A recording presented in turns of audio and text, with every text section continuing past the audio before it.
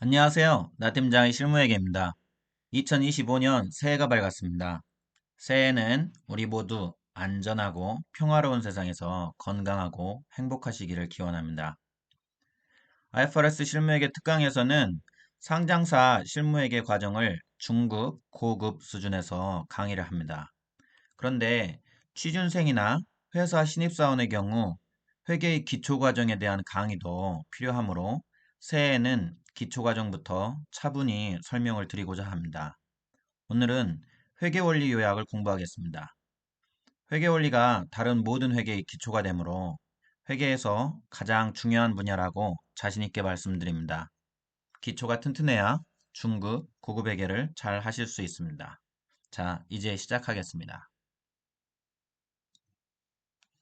회계는 현금의 기록이라고 먼저 말씀드리고 싶습니다. 회계는 회사의 모든 거래를 기록하고 재무제표를 작성하는 절차입니다. 회사의 모든 거래는 결국 딱 두 가지 유형으로 나뉩니다.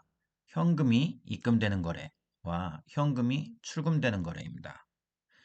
회사는 돈을 벌기 위해 먼저 돈을 씁니다. 공장과 기계장치를 취득하고 원재료를 구매하여 제품을 생산하고 판매를 위해 유통과 광고 등 판촉을 진행합니다. 돈을 쓴 결과 제품과 서비스를 판매하여 돈을 법니다.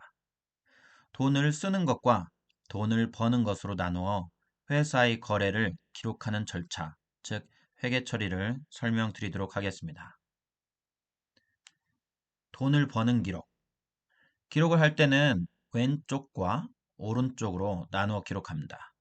회계에서는 왼쪽을 차변, 오른쪽을 대변이라고 부릅니다. 현금이 들어오면 왼쪽에 현금이라고 쓰고 들어온 금액을 기록하고 현금이 들어왔으므로 수익이라고 오른쪽에 쓰고 들어온 현금 금액을 기록합니다. 전 세계 사람들이 대부분이 오른손잡이고 왼손잡이 포함해서 거의 모든 사람이 글을 쓰실 때 왼쪽에서 시작해서 오른쪽으로 글을 쭉 써나갑니다. 회사에서 가장 중요한 것은 결국 현금이기에 기록하는 첫 단어를 맨 왼쪽에 들어온 현금, 돈을 씁니다. 돈을 쓰는 기록.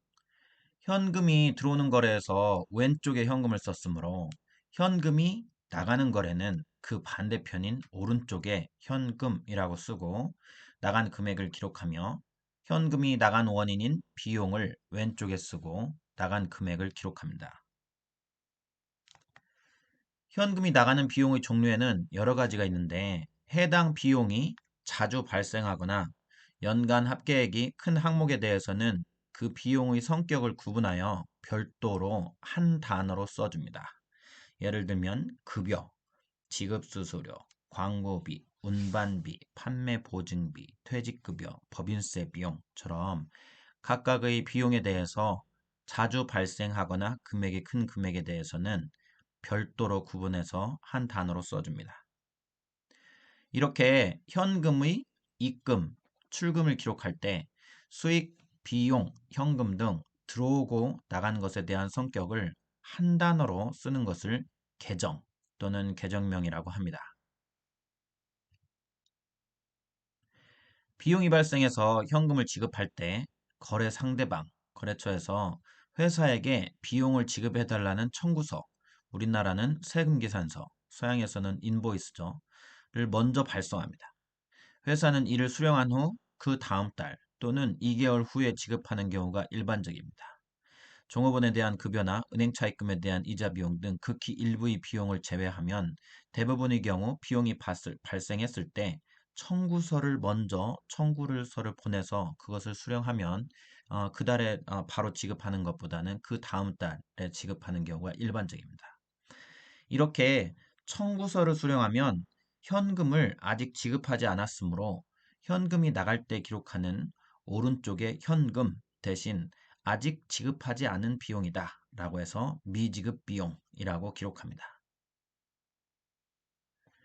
비용의 종류별로 미지급한 금액을 구분하여 파악하기 위해서 미지급 비용 대신 퇴직급여 충당부채, 판매보증 충당부채, 미지급 법인세 등 별도의 계정을 쓰는 경우도 많습니다. 시간이 지나서 청구서에 대한 지급 시기, 다음 달 말일이 도래하면 현금을 지급합니다. 현금이 나가므로 오른쪽에 현금이라고 기록하고 나가는 금액을 씁니다.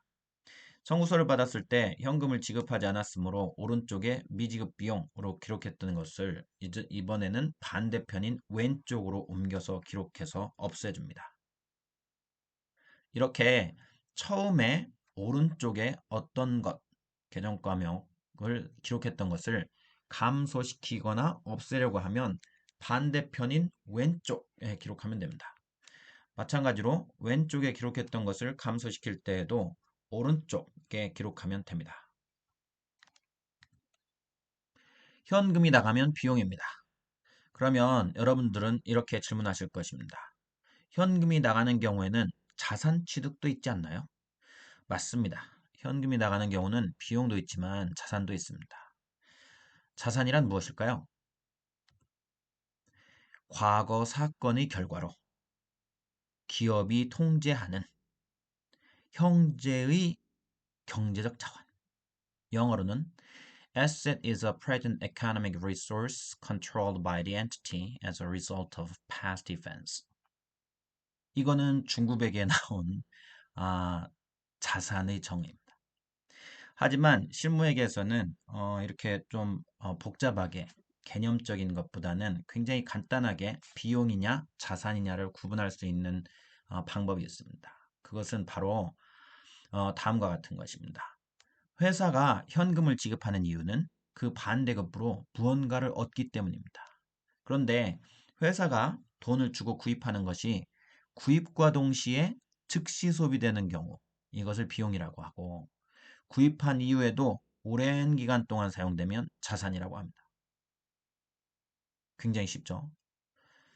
그래서 여기에서 오랜 기간 사용된다 해서 기간에 대해 정확하게 말하자면 회사가 결산을 하는 주기보다 즉 재무제표를 작성하는 주기보다 오래 사용된다면 자산입니다.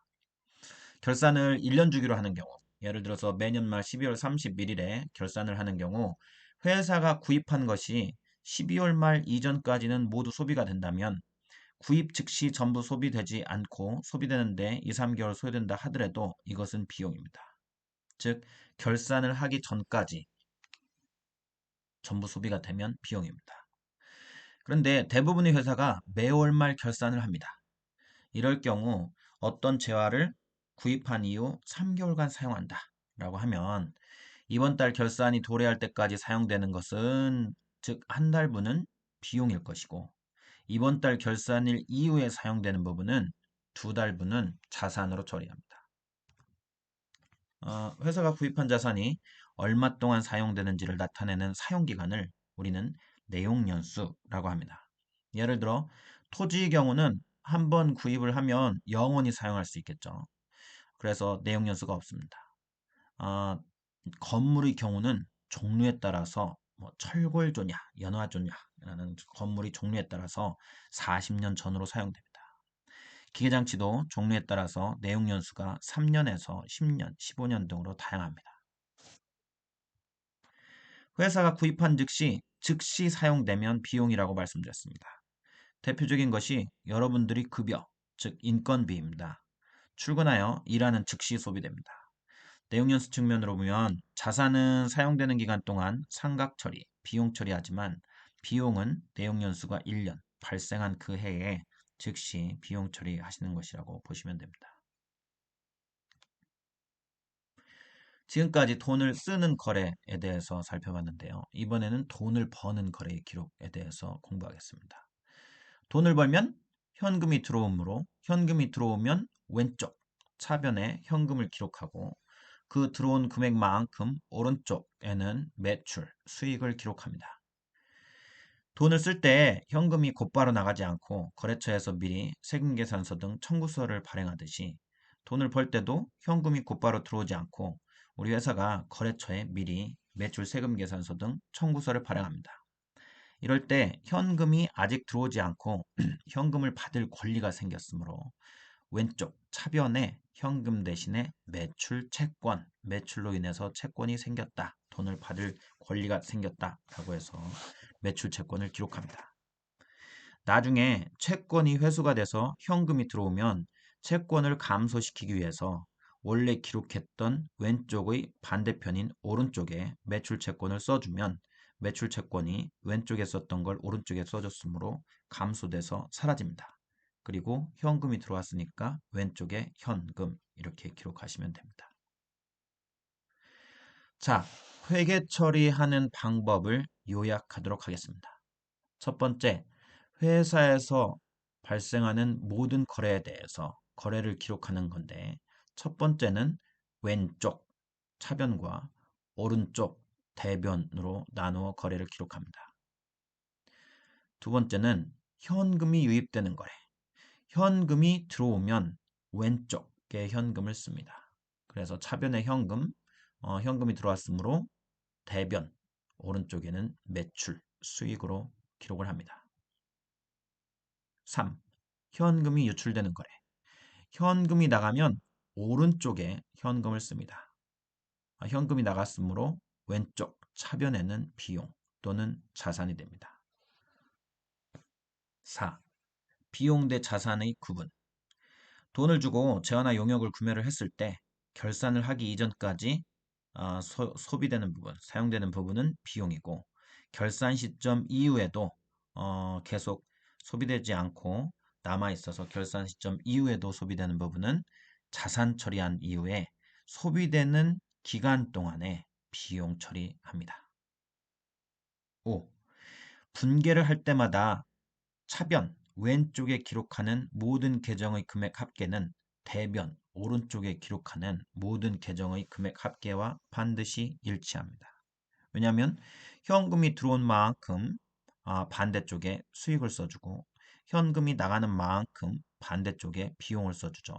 현금이 들어오거나 나가기 전에 청구서가 들어온다고 하면 그 금액만큼을 채권 또는 채무, 부채로 기록을 할 건데 어쨌든 그 금액만큼이 반대편에 수익 또는 비용으로 기록되므로 항상 어느 한편 왼쪽에 기록되는 그 금액만큼 반드시 반대편에 똑같은 금액이 자산이다, 비용이다, 수익이다 이렇게 분계를 하니까요. 양쪽에 기록되는 금액의 합계는 반드시 일치합니다. 회계처리 요약 6. 왼쪽에 쓴 것을 감소시키기 위해서는 오른쪽에 쓰시면 됩니다.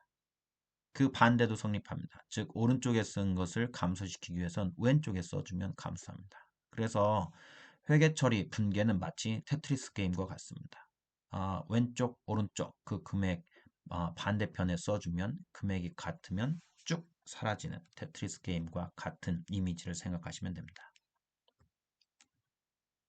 지금까지 배운 회계처리 회계처리 방법과 요약을 바탕으로 해서 기말결산 및 재무제표를 작성하는 방법을 공부하도록 하겠습니다. 재무제표 작성 절차는 1. 1년 동안 회사에서 발생하는 모든 거래를 발생 시점에 전부 다 회계처리를 합니다. 그리고 나서 2. 기말에 시산표를 작성합니다. 3. 시산표에서 수익과 비용 부분을 옮겨서 손익계산서를 작성합니다. 4. 시산표에서 자산부채 자본 부분을 옮겨서 재무상태표를 작성합니다. 기말결산 분계에 대해서 공부를 해보겠습니다. 1년 동안 발생한 모든 거래는 제일 처음에 말씀드린 것처럼 두 가지 유형으로 나뉩니다. 첫 번째는 돈을 쓰는 거래, 두 번째는 돈을 버는 거래입니다. 먼저 돈을 벌기 위해서 돈을 쓴 거래에 대해서 말씀드리면 돈을 쓰는 거래, 비용인 경우 구입 즉시 사용됨, 그러면 비용이죠. 그래서 구입 즉시 사용되는 모든 거래에 대해서 발생하면은 1월 1일부터 12월 31일까지 1년 동안 발생한 모든 거래에 대해서 분계를 합니다. 급여, 재료비, 지급수수료, 광고비, 운반 및 판매보증, 퇴직급여, 법인세 비용 이렇게 발생할 때마다 1월 1일부터 12월 31일까지 모든 거래에 대해서 비용에 대해서 회계처리를 합니다. 돈은 쓰는 것 중 자산, 즉 구입 후에 즉시 사용되지 않고 내년 이후에도 오랜 기간 동안 사용되는 경우 자산이라고 하는데, 자산은 구입 시에 해당 자산을 나타내는 계정명으로 먼저 자산으로 기록하죠. 그래서 돈이 나가기 때문에 돈을 쓰는 거래에 대해서 지금 공부를 하고 있습니다.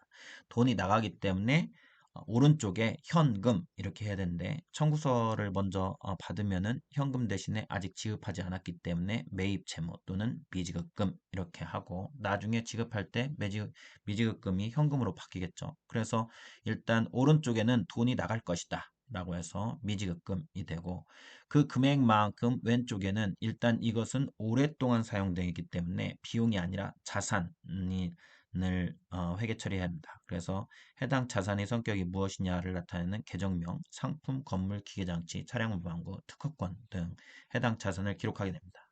먼저 돈이 나갈 때 왼쪽에 자산명을 기록한 이후에, 그 다음에는 해당 자산에 대해서는 이제 어, 그 자산이 사용되는 기간 동안 감가상각으로 해서 비용 처리합니다. 그래서 기말 결산 시에는 전체 내용 연수 중에 올해 기간에 해당되는 부분을 비용으로 처리합니다. 그래서 상품 같은 경우는 올해 즉시 팔렸기 때문에 매출원가로 하지만, 나머지는 기계장치 건물 감가상각비, 기계장치 감가상각비, 나머지 기타 유형자산에 대한 감가상각비를 취득한 금액을 전체 사용기간인 내용연수로 나누은 만큼을 1년 동안 매년 감가상각비로 비용 처리합니다. 그리고 돈을 쓰는 거래에 대해서 모든 분계가 다 끝나면, 그 다음에 돈을 버는 거래, 즉 수익이죠. 수익에 대해서도 회계 처리를 하는데, 수익은 돈이 들어오므로 왼쪽에 현금을 쓰는데, 처음에는 이것도 청구서를 우리가 발행하니까 현금 대신에 매출로 인해서 돈을 받을 채권이 생겼다 해서 매출 채권 기록을 하고, 그 금액만큼 오른쪽에는 수익이 되죠. 돈이 들어올 것이니까. 그래서 매출로 회계처리를 합니다. 이렇게 시산표를 작성할 때 첫 번째 단계는 1월 1일부터 12월 31일까지 1년 동안 발생한 모든 거래에 대해서 분계를 합니다. 그래서 일자별로 거래의 발생 순서대로 일자별로 순서대로 한 곳에 다 모아서 시산표를 작성합니다. 두 번째는, 그러면 이제 일자별로 순서대로 한 곳에 다 모았는데, 그것을 그 다음번에 두 번째는 같은 계정들끼리 금액을 합하여 하나로 나타냅니다.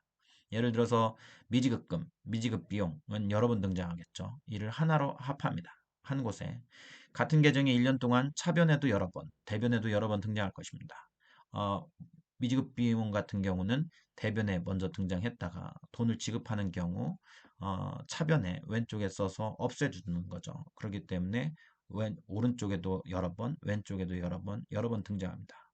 같은 계정끼리 차변 금액을 모두 더하고 대변 금액을 모두 더한 후에 큰 쪽에서 작은 쪽을 빼서 잔액이 있는 위치에 써주면 되겠죠. 맨 최종적으로는 이쪽에 잔액이 있다라고 해서 큰 금액이 있는 위치에 해당 계정과 잔액을 나타내면 됩니다. 세 번째는, 차변 쪽은 자산 계정들을 위쪽으로 전부 다 배열을 하고, 비용 계정들은 아래쪽으로 배열을 하고, 오른쪽을 나타내는 대변 쪽은 부채 계정들을 맨 위로 올리고, 수익 계정들을 아래쪽으로 배열하면 시산표가 완성됩니다. 1, 2, 3번을 차례대로 설명드리도록 하겠습니다. 시산표 작성 1단계, 모든 거래에 대한 분계를 발생 일자별로 모읍니다. 그래서 여기 보시면 맨 위부터 발생 일자별로 급여, 재료비, 지급, 수수료, 광고비 이렇게 쭉 발생 일자별로 1월 1일부터 12월 31일까지 전부 다 분계한 것을 한 곳에 모읍니다. 시산표 작성 2단계. 1단계에서 한 곳에 모인 발생 일자별로 모인 상태에서 2단계는 같은 계정들끼리 차변 금액과 대변 금액을 합한 후에 큰 쪽 합계에서 작은 쪽 합계를 차감해서 순액을 큰 쪽이 있는 곳에 표시한다고 말씀드렸죠. 예를 들어서 미지급금, 지금 회색 표시되어 있는 건데요. 미지급금의 경우 1년 동안 발생한 모든 거래에 대한 분계에서 미지급금을 밑에 있는 미지급금 밑에 있는 거래들의 분계에서 오른쪽에 있는 미지급금 이렇게 있는 그 금액들을 전부 다 맨 위에 있는 미지급금 계정으로 전부 다 모으게 됩니다. 그 다음 3단계는 이제 계정 배열 순서를 지금까지는 거래의 발생 순서로 해가지고 일자별로 해서 모았는데 이것을 이제는 왼쪽 같은 경우는 BS 계정 중에 자산의 계정을 맨 위로, 즉 BS 계정을 위로, 그리고 모든 비용 계정을 밑으로 내립니다. 즉 발생 일자별이 제일 처음에는 발생 일자별로 했지만 발생 일자별로 무작위순으로 나타났던 그런 계정들을 이제 이 시산표 작성 3단계에서는 BS 계정은 위로, IS 계정은 밑으로 내리죠. 그래서 이제 BS 계정 차변 쪽에는 BS 계정이 자산이니까 모든 자산 계정은 다 위로 올리고요. 그리고 IS 계정, 손익계산서 계정, 즉 비용 계정은 전부 다 밑으로 내립니다. 그래서 이 화면에서 보시면 자산 계정인 현금, 매출, 채권, 상품, 건물, 기계장치, 차량 운반구, 특허권들이 발생 일자별로 쭉 돼 있어 하더라도 맨 마지막에는 전부 다 위로 올리고요.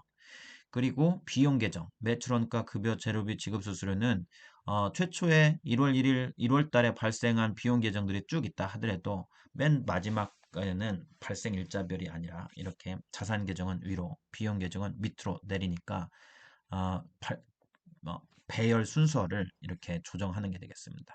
오른쪽 대변 쪽에 또 마찬가지로 부채 계정도 위로 그리고 수익 계정인 매출은 밑으로 내려서 배열하게 되겠습니다. 이럴 경우 중요한 특징이 있는데요. 시산표를 작성하는 1단계에서는 모든 거래에 대한 분계를 발생 일자별로 모았습니다. 발생 일자별로 모을 때, 발생 일자별로 최초에 분계를 할 때는 모든 분계는 차변의 금액과 대변의 금액이 같죠. 그래서 왜냐하면 돈이 첫 번째 급여 같은 경우 돈이 나갔기 때문에 오른쪽에 돈이 나갔다는 나간 금액을 써주고 그 금액은 어떤 비용이다라는 걸 왼쪽으로 써주기 때문에 항상 돈이 나가는 금액과 동일한 금액을 반대편에 써줘서 비용으로 회계 처리를 해주기 때문에 왼쪽과 오른쪽에 쓰는 그 금액이 같을 수밖에 없습니다. 이것은 비록 그 밑에 있는 비용뿐만이 아니고 밑에 빨간색 테두리로 한 기계장치의 경우도 마찬가지입니다. 돈이 나가는 금액만큼을 이게 어떤 자산을 취득하기 위해서 금액이 나간 건지를 반대편에 써주기 때문에 최초에 거래 발생 순서별로 일자별로 회계 처리를 할 때 왼쪽과 오른쪽에 써주는 금액은 반드시 같습니다. 그렇기 때문에 자 이제 1월 1일부터 12월 31일까지 발생하는 모든 거래에 대해서 분계를 할 때 왼쪽과 오른쪽의 금액이 같기 때문에 1년치를 전부 다 모아놓은 그 분계의 합의 경우에도 왼쪽 모든 금액의 합계와 오른쪽 모든 금액의 합계는 당연히 같을 것입니다. 그래서 1년 동안 발생한 모든 거래의 분기에 대해서 차변의 금액과 대변의 금액을 합하는 것은 서로 같습니다. 이게 굉장히 중요한 회계의 기본 원리입니다. 시산표 3단계에서 차변과 대변의 계정들의 순서를 재배열했습니다. 즉 발생일자 순서별이 아니고 3단계에서는 BS 계정을 위로 그래서 자산과 부채 계정을 위로 올렸고 비용과 수익 계정을 밑으로 내렸습니다. 그런데 1단계에서 발생 일자별로 했을 때 왼쪽과 오른쪽의 모든 거래의 합계가 왼쪽 합계와 오른쪽 합계가 같았기 때문에 같은 상태에서 왼쪽과 오른쪽의 금액의 합계가 같은 상태에서 단지 배열 순서만을 왼쪽 위에 자산을 비용은 왼쪽 밑으로 부채 같은 경우는 오른쪽에서 위로, 수익 같은 경우 오른쪽에서 밑으로 이렇게 배열 순서만 바꿨다 하더라도 합계 금액이 같은 상태에서 배열만 바꿨기 때문에 여전히 배열 순서를 바꾼 이후에도 시산표의 왼쪽 합계와 오른쪽 합계는 같게 됩니다. 자, 이제 시산표에서 손익계산서를 작성하는 방법을 설명드리겠습니다. 시산표에서 손익계산서 계정들만을 모아서 손익계산서를 작성합니다. 아래에 있죠. 왜냐하면 3단계에서 BS 계정을 위로, IS 계정을 밑으로 했기 때문에 아래에 있습니다. 자, 왼쪽과 오른쪽에 있는 것을 보기 좋게 한 칼럼으로 해서 매출을 맨 위로, 매출원가, 매출총리익, 판관비, 영업이익, 법인세 비용, 당기순이익으로 구분해서 손익계산서 작성을 완료합니다. 시산표에서 아랫부분이 손익계산서 계정을 따로 모아서 손익계산서를 작성한 것처럼 윗부분의 재무상태표, BS 계정들만 모아서 재무상태표를 작성할 수 있습니다. BS를 작성하는 첫 단계는 모든 손익계산서 계정을 마감해서 이익잉여으로 돌리는 것입니다. 마감하기 위해서는 마감분계를 추가로 작성해야 됩니다. 대변에 있는 모든 수익 계정을 차변, 반대편인 차변에 기재를 하고요. 지금 화면에서 보시면 차변, 왼쪽 차변에 매출을 기재했습니다. 그리고 시산표상 차변에 있던 모든 비용 계정을 이번에는 반대편인 대변에 기재합니다. 수익이 비용보다 커야죠. 정상적인 경우는 수익이 비용보다 커야 이익이 나기 때문에. 크기 때문에 왼쪽 차변합계와 오른쪽 모든 대변에 있는 모든 비용의 합계가 일치하지 않습니다. 왜냐하면 수익이 더 크니까요. 이 일치하지 않는 차액이 곧 무엇이냐면 당기순이익입니다. 즉 매출, 수익의 합계가 오른쪽에 있는 비용의 합계보다 더 크고 더 큰 이 차액은 당기순이익이 됩니다. 그래서 이때 이제 계정명을 당기순이익, 이익잉여금이라고 분개를 합니다. 시산표와 마감 분계를 합하면 원래 있었던 시산표와 방금 추가로 분개한 마감 분계를 합하면 마감 분계에서 모든 손익계산서 계정을 시산표에 있는 쪽에 반대편에 분계를 했기 때문에 두 개를 합하면 차변에 쓴 매출은 시산표에 대변에 있는 매출과 상계돼서 사라지고요.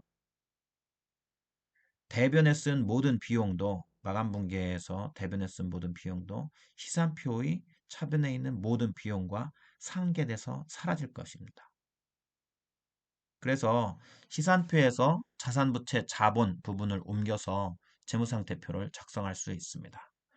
그리고 감가상각노계획은 차변 왼쪽의 유형자산 밑으로 옮깁니다. 대변에서 차변으로 또는 차변에서 대변으로 옮길 때는 숫자의 부호를 반대로 음수로 변경하면 됩니다. 이렇게 하면 재무상태표가 완성되었습니다. 오늘은 회계원리 요약을 공부했습니다. 신입사원분들과 회계를 처음 시작하시는 분들께 도움이 되기를 빕니다. 감사합니다.